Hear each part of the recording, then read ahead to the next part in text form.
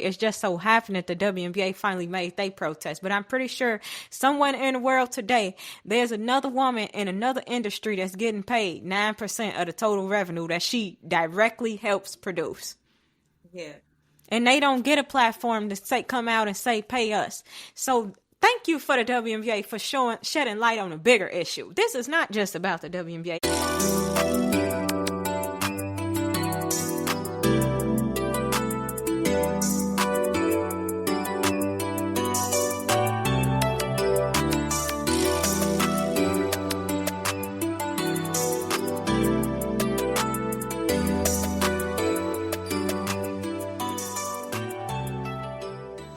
Hey y'all, it's Nothing Lightly. We back with another episode. And this one, it's all about women's basketball. We talking about the W. We talking about Candace Parker and her recent remarks. And her expert opinion. Let's start with that. So Deasia, what's been going on? So right now, we know that the All-Star Game just popped off a couple weeks ago. And then there's still that talk about pay the players. So we're going to start off with the All-Star Game.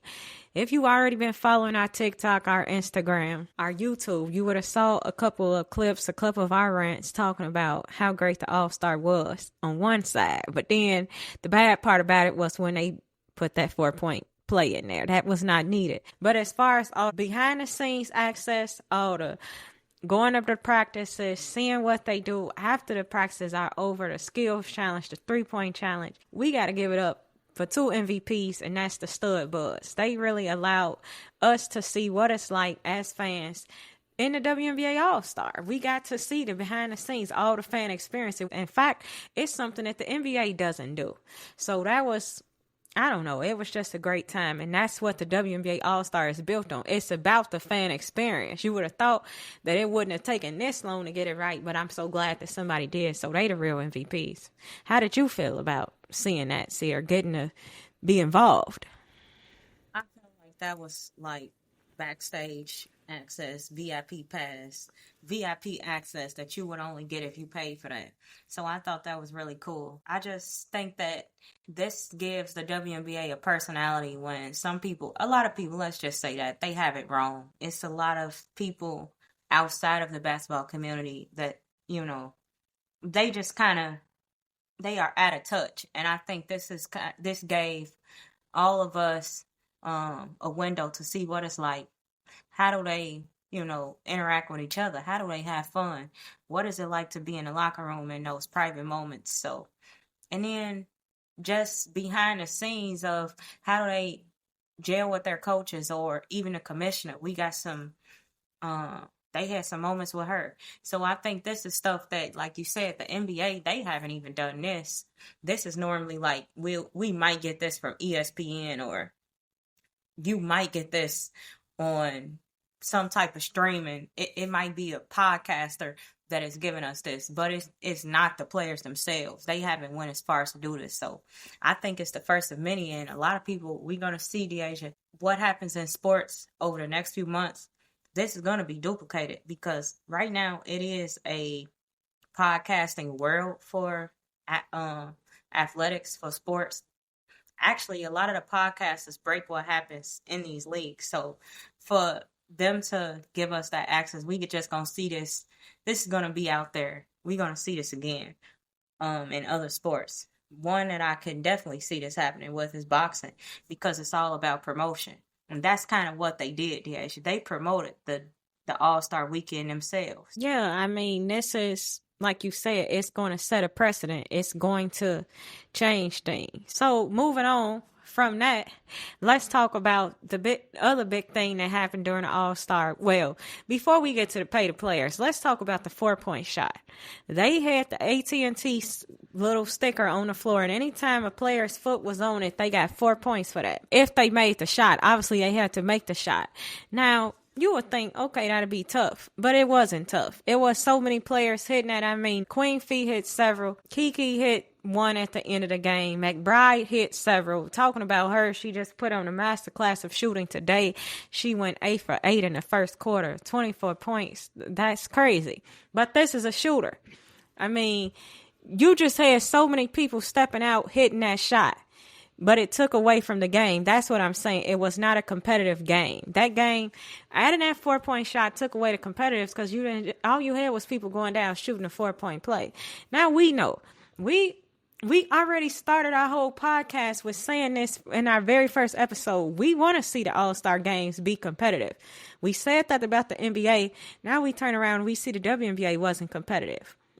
So we got to be just as hard on them. You don't come out there and put on that type of show. I mean, y'all the best in the world. We want to see a great game. We saw a great game last year, the All-Stars versus the USA team, but this year it just was not that. But I won't say that it wasn't fun to watch. It just wasn't competitive to watch. I think that their game was, if you're comparing it to the NBA, it was definitely fun to watch. It was still exciting. Yeah, I think it was fun to watch. I'll say that. I wouldn't even blame the players, though. See, with the NBA, they're to blame because they come out there and they don't even give effort. I could say I could see some of the effort throughout the game, but it's the format of it. Like, why would you...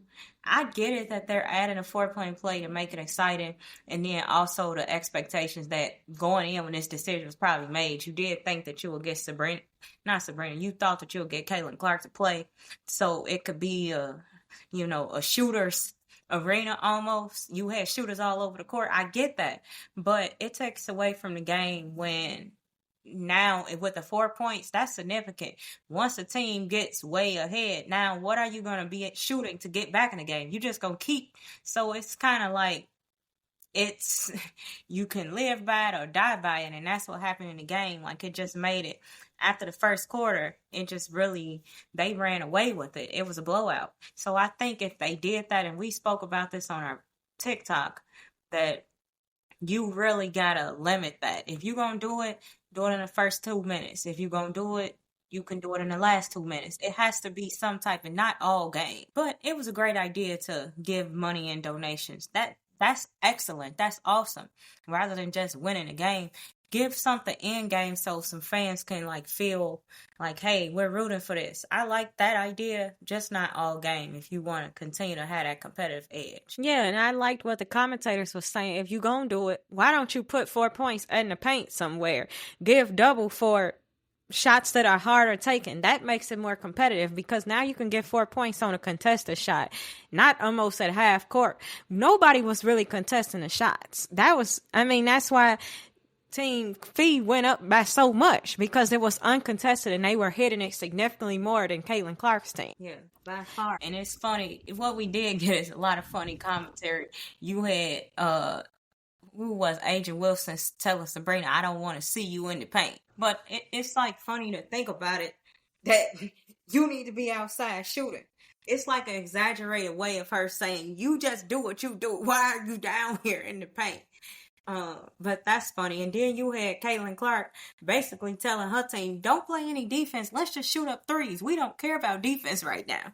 So you had those, it did bring some light and some laughter, but basketball fans, we kind of did miss out through the game of, hey, coming off the last All-Star in 2024 when, the Olympics versus the All-Stars, that was a great showing. So you kind of missed that.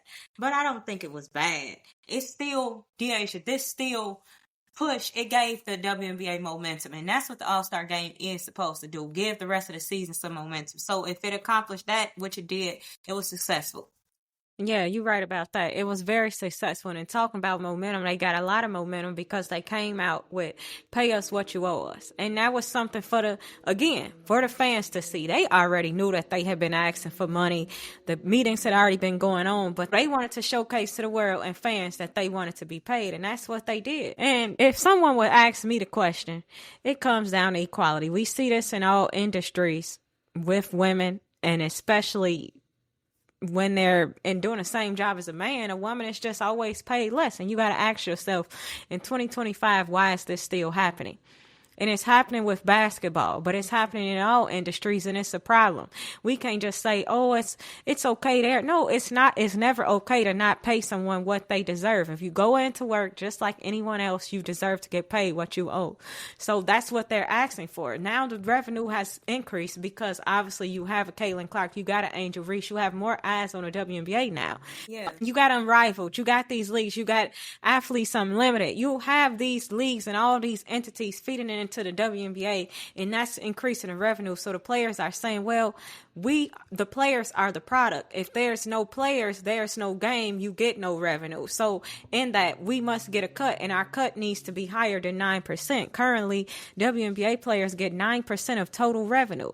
On average, they make $100,000, and the lowest paid player is getting $66,000, while the top is around $249,000.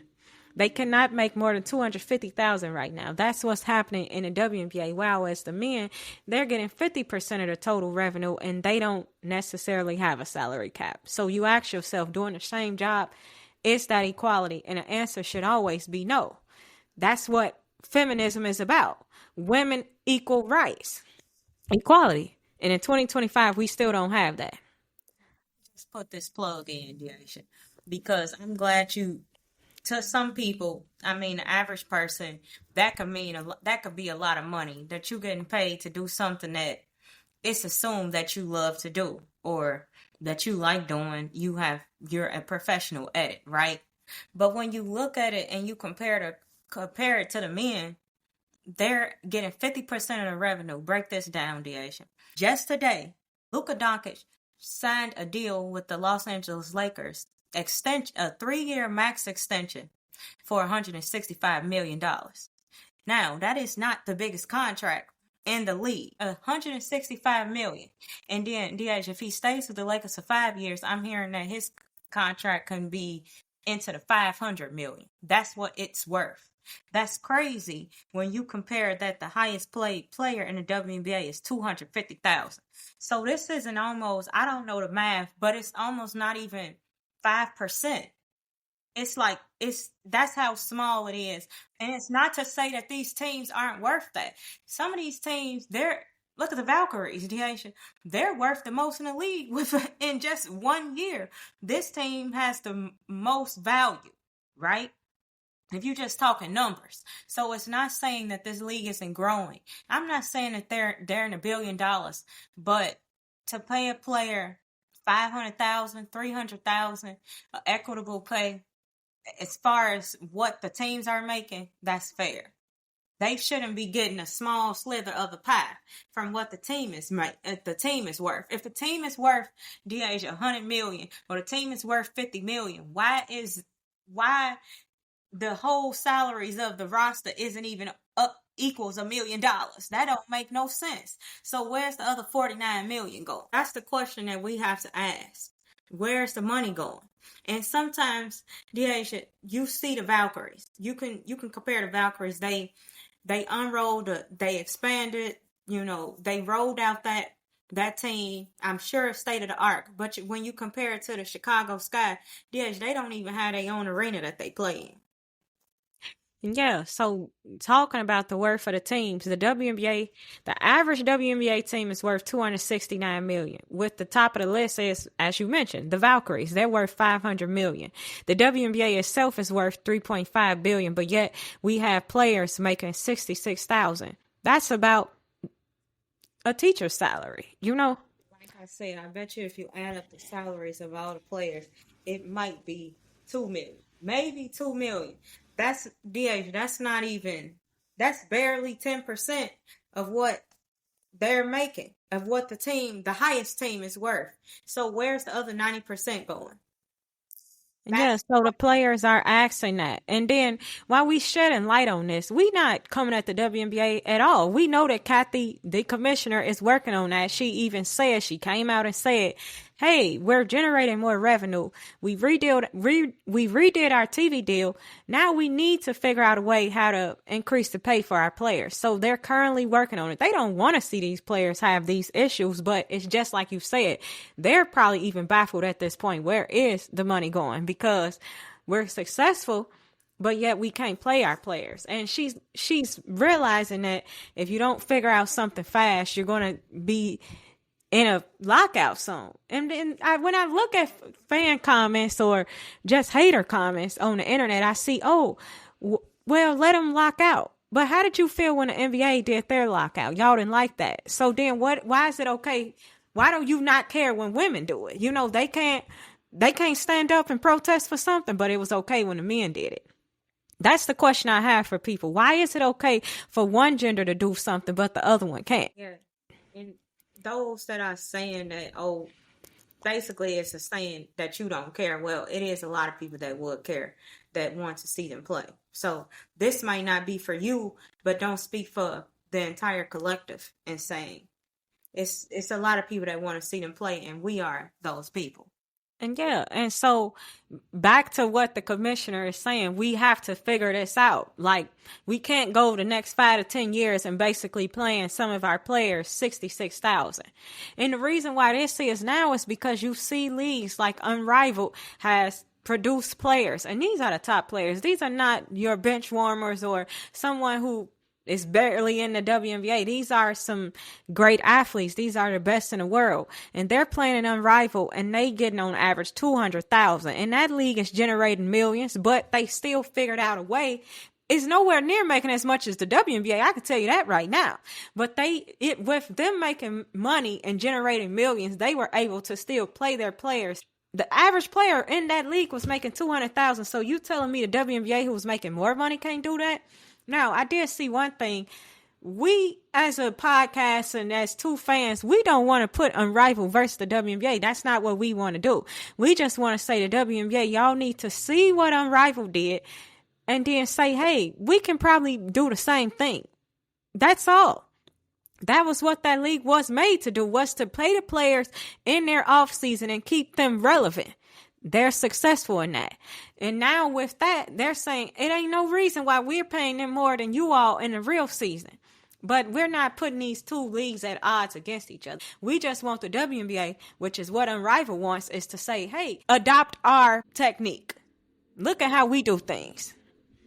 Was this kind of like their goal at the end of the day, to just say, this can be done, this can be accomplished? And then also, it's an alternative to something that was not ideal, but the option that a lot of players had to, it was a have to, not because they wanted to. So maybe it was that, and they accomplished that. But a good thing has to keep going. People loved it. But then I wanna just make a turn and say, it's gonna be a lot of leagues coming up, DH, that's gonna actually put the WNBA in a tight spot. Because if you compare it to other sports, soccer is growing at a fast rate. Even golf, that virtual, that live golf, that's growing. Then you still hear the talks of LeBron, Mav Carter, they're looking to do that World League. And the women it's 6 women teams that are supposed to be involved in that. The WNBA, if they don't really do something, I can see in the next 5 years that it's going to be a lot of other options. And then it's also going to be like, it's not going to make sense when you see that soccer is growing, you see volleyball, you see golf, all of these other sports. Look at tennis, DH. Look how much the women make in tennis. It just don't make sense why the women's players, I can name you more WNBA basketball players than I can tennis players. Even though I know the main ones, it's just, DH, I can't name you 10. And that's not saying that I enjoy tennis. I enjoy the sport. It's more of a global sport, right? But here in the USA, the WNBA is more relevant than that. And it's just sad that it's not appreciated at that level. And then it's not compensated. Yeah, and it's sad. It's an issue. But like I said, this is not just an issue with the WNBA. It's in all industries. And if we look at it that way, we as a collective of women, Kamala, you should be coming out pretty soon saying, let's fight for women. You had a whole, and I really like Kamala, and maybe I shouldn't go political on this podcast, but all I'm going to say is, women should back women, because this is happening in every industry. It's just so happened that the WNBA finally made their protest. But I'm pretty sure someone in the world today, there's another woman in another industry that's getting paid 9% of the total revenue that she directly helps produce. Yeah. And they don't get a platform to say, come out and say, pay us. So thank you for the WNBA for shedding light on a bigger issue. This is not just about the WNBA. This is about all women. And for those of you that say that you support women, then support this. Because if you want your mother, and I already said this before, if you want your mother to get paid when she going to work, you want your cousin, your sister, your friend, then you should want to see women get paid in all industries. Yeah, you're right.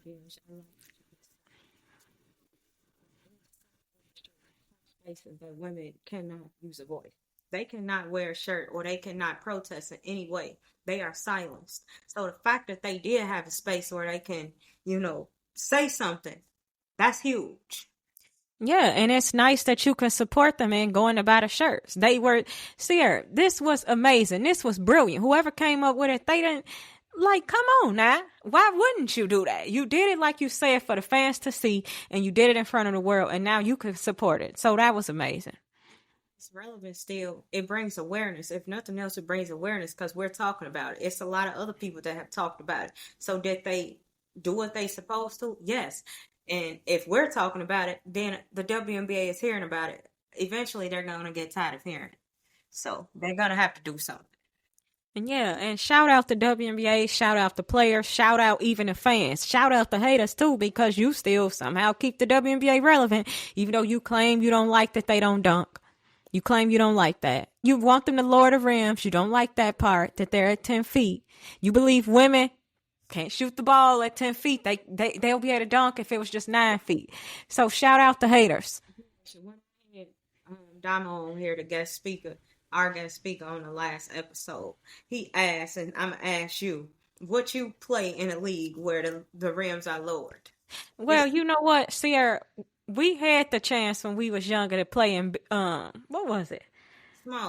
Small fry. And we never end up doing it. So I just say that's not in the cards for us. And I think that I won't say that we take the place of all WNBA players. No, we don't. But it's a similar thing. If it was to happen, it would have happened already. How come it hasn't? You just look at it that way, it wouldn't make sense. Just like it never made sense for us to go play in small fry when we was playing AAU basketball. Why didn't we never end up doing it? One of the reasons, because it would have changed our shot. If you do that in a league, Sierra, with all women, that means you got to do that from high school. You got to go back in park districts, AAU. You got to do it in college. Every single league. You got to even do it in basketball camps. You would always have to remember, the girls are coming in, the women are coming in. We got to lower the rims. Do you know how much extra effort that would be? And then let's not even say, say you got a shooter like McBride who just went for 8 for 8. Now you lower the rims. Sierra, she might not even be able to hit a cold because you have changed her shot.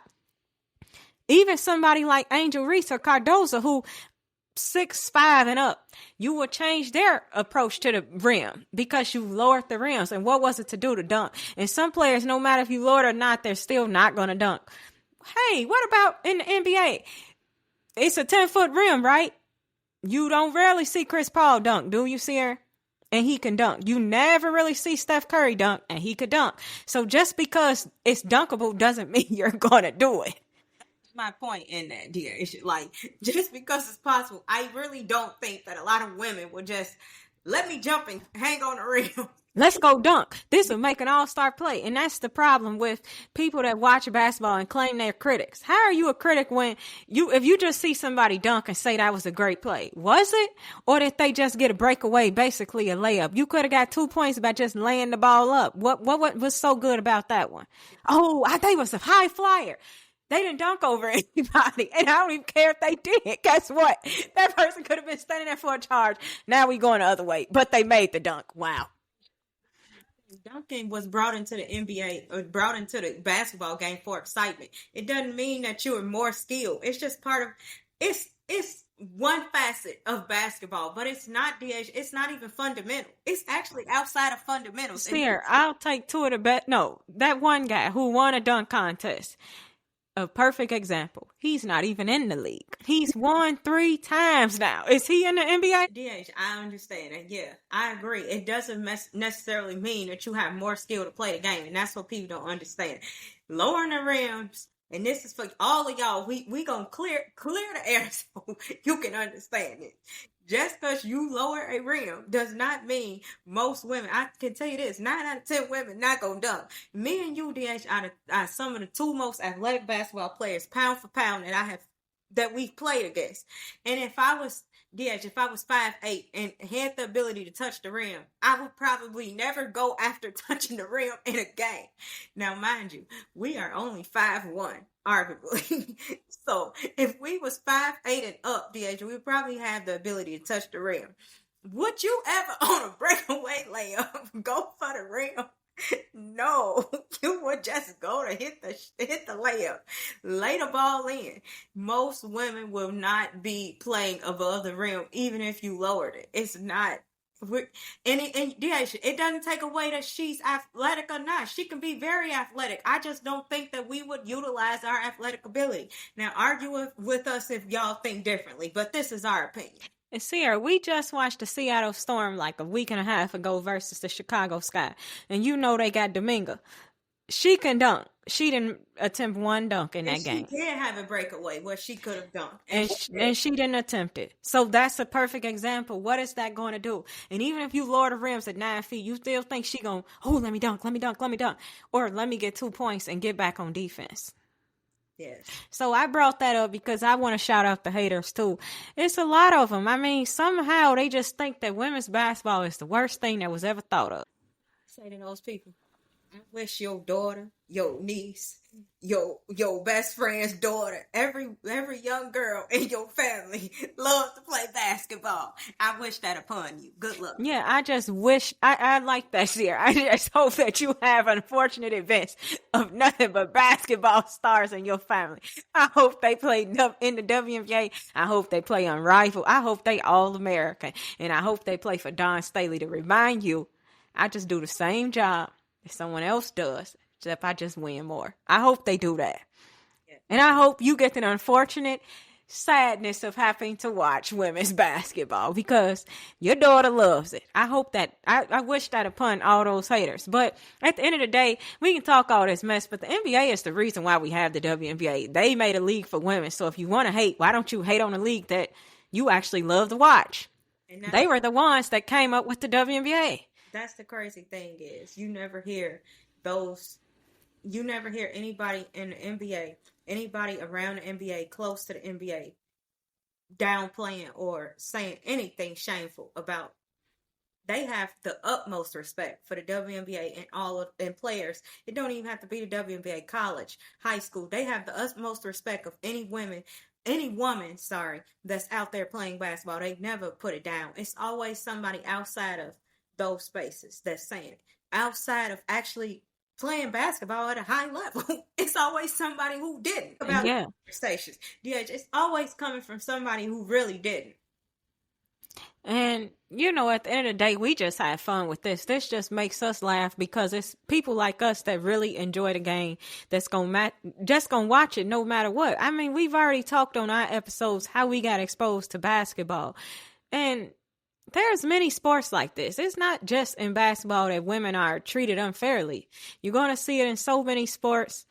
It's just a part of life. But what we're saying is it's unfortunate. And those that wish negative on a sport that was made by men, we just wish you some wisdom so you can start understanding how this thing works.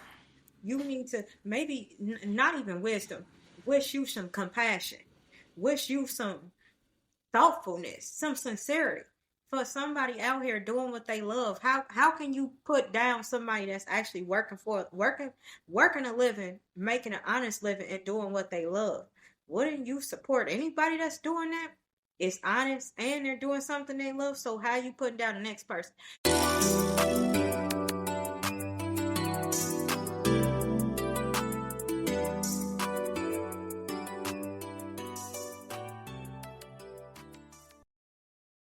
Anyway, Dash, let's move on. Let's talk about what Candace Parker had to say. Okay, I'm going to phrase it like this. Sierra, I'm going to do this little game. I'm going to give you a list of players, and you got a couple tiers. I don't know what the S tier was, but let's just say our S tier means superstar. So you're going to put all your superstars in the S tier. You're going to put your A players, your B players, your C players, and D players. I'm going to give you a list of I'm going to say whoever I name, just put them where they fall. All right? So I'm going to give you Angel Reese. I'm going to give you Paige Beckers. I'm going to give you Enrique. I'm going to give you Queen Fee. I'm going to give you Stewie. I'm going to give you Aaliyah Boston. And then I'm going to give you a NECA, a Skylar. And lastly, I'm going to give you Cameron Brink. Rank those players. Before we do that, Sierra, you don't have to put all the players in one category. You can mix around. Well, I know what you're trying to do. And I don't think that a lot of these players are comparable. That's for one. How are you going to rank a player in their sophomore season or rookie season to a player that's been there, Deasia, for the last, let's say, 10 seasons? What is Skylar Diggins on her 9th season? Something like that. So that was the question. That was what Candace Parker was asked, I guess. Now, in my eyes, every single person that you named is a superstar. I think that they are great for what they are. The WNBA is a small league. It's not that big. So all of those players are basically all-stars or have been all-stars. They are the franchise player of their team. So why aren't they a superstar? They are, in my book. If you asking me something different, would I compare, just say this, Aaliyah Boston compared to Fee, compared to Angel Reese. Fee is a tier ahead of them, right? I would go Aaliyah Boston next just because she has experience over Angel Reese. Angel Reese last, but she's light years ahead of, I could name you several post players that play her position in the WNBA. She's light years ahead of any college players that are coming out. She's very good. First of all, I always give credit to her. She's the it girl of that league, and she brings relevancy through culture to that league. So if you just want to say that, she's a superstar. But then also what she does on the floor, Deasia. I say that she's growing. I say that she's the leader of her team, Deasia. She is the franchise player of that organization. If they lose her, Deasia, the sky will have to start all over. And that's saying a lot because she's only been there 2 years. So what more can you ask of her? So when you rank these players, you got to take in account, like, they're actually on the rise. I bet you, Deasia, if we rank Shea versus, like, just say you rank Shea versus Steph Curry. We know that Steph Curry is way better right now. But some people might argue and say, well, Shea had a better season. That doesn't mean overall he will ever be better than Steph. So how are you really ranking a player that's been in the league for a few years versus somebody that, Deasia, is in their prime or have already hit their prime, is, just say, one of the greatest players of all time? That's crazy. Yeah, I mean, I get what you were saying, Sarah. You put everybody in the superstar to S class. I like that. But I mean, if you want to say who's a better rebounder, then I would say Angel Reese is an S-class rebounder. Fee might be an S-class rebound. You get it? Now, who's an S-class defender? You might say Cameron Brink is an S-class defender. Angel Reese, Fee is an S-class defender. We wouldn't put Paige Beckers as a defender or somebody like Enrique, Deasia. You get it? But who's a great shooter? You will say McBride is a great shooter. You will say Enrique. You will say Paige Beckers. You can even say Skylar Diggins is a great shooter. Who's a great assist? So you have to you can't just generally say. So I kind of don't agree with that, but you have to see the whole thing. And that's what happens with social media. We always take bits and pieces. But this isn't the first time that we've heard something like this from Candace Parker. So what is your thoughts on that, Deasia? Sarah, it's what you said exactly. It's not the first time from Candace Parker, and it's unfortunate that for some people it was their first time getting exposed to just her critiques. Now, one thing I do like what she said, and in her and Aaliyah Boston, they just started their podcast. It's called Post Moves. And I like one thing that she did say. I didn't listen to the whole first episode, or I didn't even watch the interview. I just saw the clips rolling around. But one thing I do agree with what she said is you can't be afraid to critique. And people got to understand that at the end of the day, we have an opinion and we are able to critique. This is what this is about, you know. So she made her critique. It wasn't what Angel Reese liked. It wasn't what the fans liked. I mean, obviously, I didn't like it at all. I didn't think it was right to put her in the same category as a Cameron Brink who hadn't been playing. I just don't think so. I mean, I don't know. I didn't watch the interview though to see if she only could put a certain amount of people in a certain bracket. But in that, it's still her opinion. What I just said, she could put them wherever she wanted to. So as fans, we got to understand that just like we can critique and say, whoa, I did not like the shots Steph was putting up. Well, I didn't even like the shots Caitlin Clark puts up in a game. That's your honest opinion. Then you gotta accept her honest opinion of she really just, in other words, she says she don't like Angel Reese's game on the offensive end besides getting boards. You gotta respect it. That's her opinion. Now, me, I think I saw her in person several times here, and I think she a dog. Offensive boards is probably the thing that I don't care that much about what she does, because she just affects the game so many other ways. When you watch her play, like you said, they wouldn't have a chance without her. They would not. She is the point forward. She brings the ball down, sets up her team, goes to get a screen, and then rolls, and then don't let her flare. She gonna fake to a jump shot and get to the basket. Okay, she might miss the first one, but guess what? She's relentless. You can't teach that. That's who she is. So for me, y'all better be looking forward to in a couple of years. She's going to be leading the league like Queen Fee and double-doubles. That's the type of player. But in that, I will say this. My opinion is my opinion, and Candace Parker's opinion is her opinion. It's just unfortunate that some people, for the first time, they saw Candace Parker make her opinion. Warn people. I'm gonna give you a warning. You're not gonna like a lot that I had to say. So she warned you that this is her opinion. I think she said those words. This is just my opinion. So fair enough. What is the difference when we hear opinion from Shannon Sharp? You hear opinion from Skip. You hear opinion from who else? You hear opinion from Stephen A. Stephen A. never even played basketball, but we respect his opinion. So we really should respect Candace Parker. She is one of the greatest WNBA players, basketball players, period, that have stepped on the court. So you got to respect it. If you don't like it, you don't like it. But she does have some clout, and she has some relevancy of, okay, maybe she do know what she's talking about. If you don't agree, you don't agree. I don't totally agree either. But it was some things that she was right on. But that's that. We don't ever chew up Stephen A. when he's way off. Like, this don't even make sense. We respect it, though. I mean, that's what the media is here. If we ever silence the media, Deasia, we would never get any information.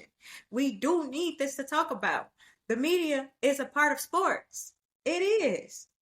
So, whatever. They didn't like it. I understand. Because if she picked apart your game, who is going to like it? It is a critique. It's uncomfortable. And you feel like you want to come in.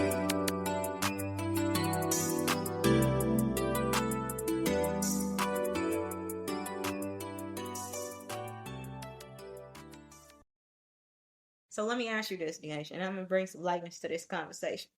If you can have your like Mike moment, and we talked about this recently, who you coming for? If I had my like Mike moment. Like Mike moment. A like Mike moment is, you remember when Bow Wow was surprised, was the person who was chosen out of the crowd to come down there and play against Morris Chestnut. He played him in a 1-on-1, and then after that, everything took off in the movie. He became a superstar player. Bow Wow, a little kid at the time. So, Deasia, if you can have your like Mike moment, who you coming for? Caitlin Clark. Because everybody loves her. So, I would just go down there. I would outshoot her, matter of fact. And then once she playing my shot too close, I would just go around and get to the basket. Why? She would be the perfect person to play. So many people going to be watching, see her. Why wouldn't you choose her? And, hate to say it, but she not the best defensively, so... I'm just being honest. That's my critique. And I'm not serious. I'm just saying, why wouldn't you choose Caitlin Clark? Who are you choosing? We got to choose somebody playing basketball today. You the one brought this up. Just a question for you. Yes, Sierra. Like Mike, it was, what's his name? He was in the league at the time. In quotation mark. Who I would choose.